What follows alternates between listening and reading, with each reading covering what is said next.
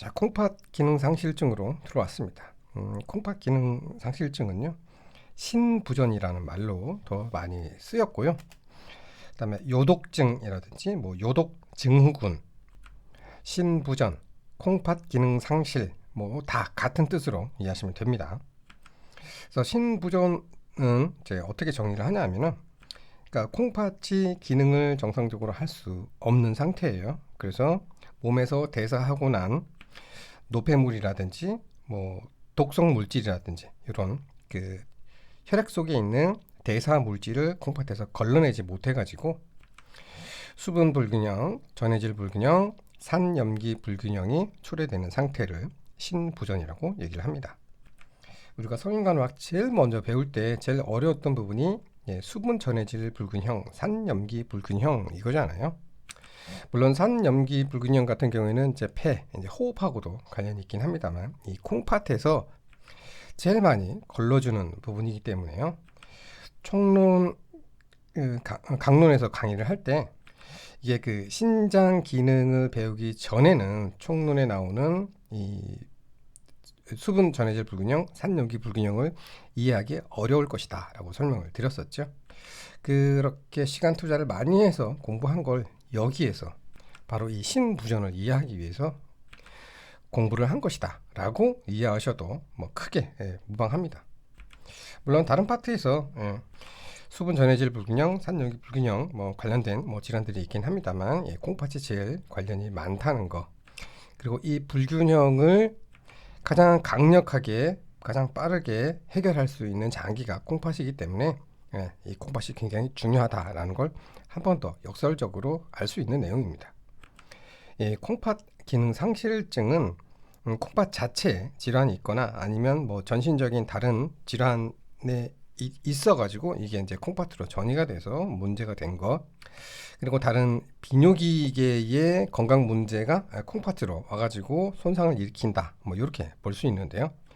어쨌든 이 신부전은 급성 신부전하고 만성 신부전으로 이렇게 나눌 수 있습니다. 한 번에 만성 신부전으로 가는 경우는 없다고 보시면 되고요. 99% 급성 신부전을 겪고 나서 이게 치료되지 않고 시간이 지나버리면 만성으로 넘어간다, 이렇게 이해하시면 됩니다. 급성 신부전 같은 경우는 갑작스럽게 발병을 합니다. 갑작스럽게 발병하는 거는 수분 전해질 산염기 불균형이 생기는 걸 얘기하는 거예요. 갑작스럽게 생긴 거는 약물이라든지 독극물, 그 다음에 몸 안에서 독성 물질이 갑자기 많이 생겼을 때 신장이 기능을 못하는 이렇게 급성 신부전이 올 수도 있거든요. 그래서 이런 경우에는 빨리 치료만 한다 그러면 충분히 회복이 가능합니다.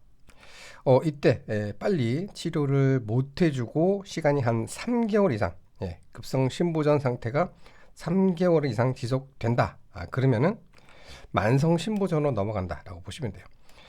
보통 만성으로 넘어가는 거는 한 3주, 4주 이상 되면 이제 만성이다, 보통 이렇게 표현을 하는데요.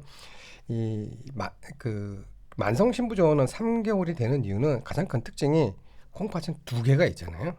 그래서 웬만큼 손상이 돼도 기능이 그렇게 많이 떨어지지 않습니다. 그리고 콩팥이 많이 좀 손상을 받았다 하더라도 증상이 그렇게 빨리 안 나타나요. 그래서 3개월 정도 지나야지 만성이라고 얘기할 수 있고요.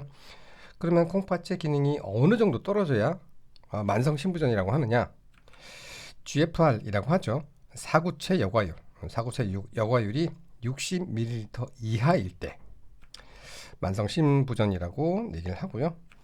이 만성 신부전은 안 됩니다. 손상 상태가 너무 심하기 때문에 회복이 거의 안 됩니다. 그래서 결국에는 투석이나 신장 이식을 해야 하는 요런 그 질병의 상태가 나빠지는 과정이 대부분이다, 이렇게 이해하시면 됩니다. 자, 콩팥 기능이 망가져가지고 노폐물을 못 걸러낸다, 이렇게만 알고 있는데 그거의 핵심은 질소입니다. 질소는 어디서 나오죠? 단백질 분해 산물에서 나오는 거예요. 물론 그런 노폐물들, 암모니아라든지 암모니아 독성을 줄이기 위해서 간에서 이제 요소, 요산 이렇게 바꿔가지고 소변으로 내보내는데, 얘네를 버릴 수가 없으니까 뇌라든지 전신에 영향을 끼치는 거예요. 그게 독성 물질로 작용을 하는 거죠.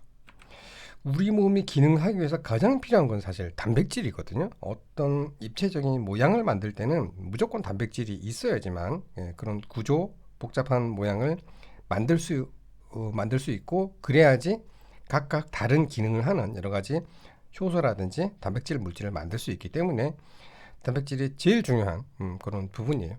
그래서 이 단백질 대사 과정에서 생기는 질소 물질, 노폐물이 혈액 속에 많아지면서 문제가 심각해진다, 이렇게 이해하시면 돼요.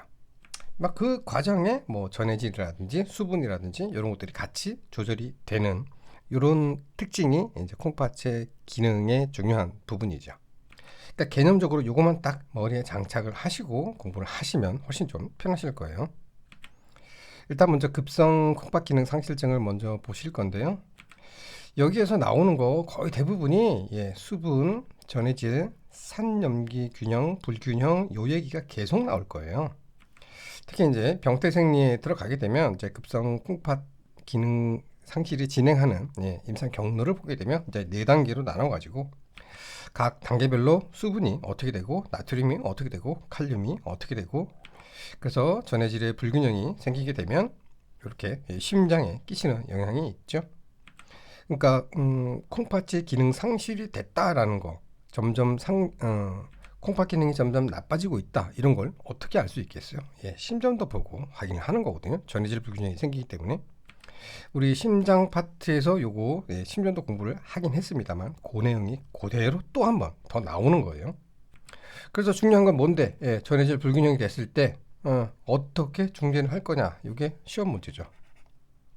그러니까 앞에 1단계, 2단계, 3단계, 4단계 되면서 전해질들이 어떻게 움직이고 수분이 어떻게 움직이고, 그래서 전해질 불균형이 됐을 때 어떻게 치료를 할 거냐, 어떻게 간호를 할 거냐, 여기가 포인트가 되는 거죠.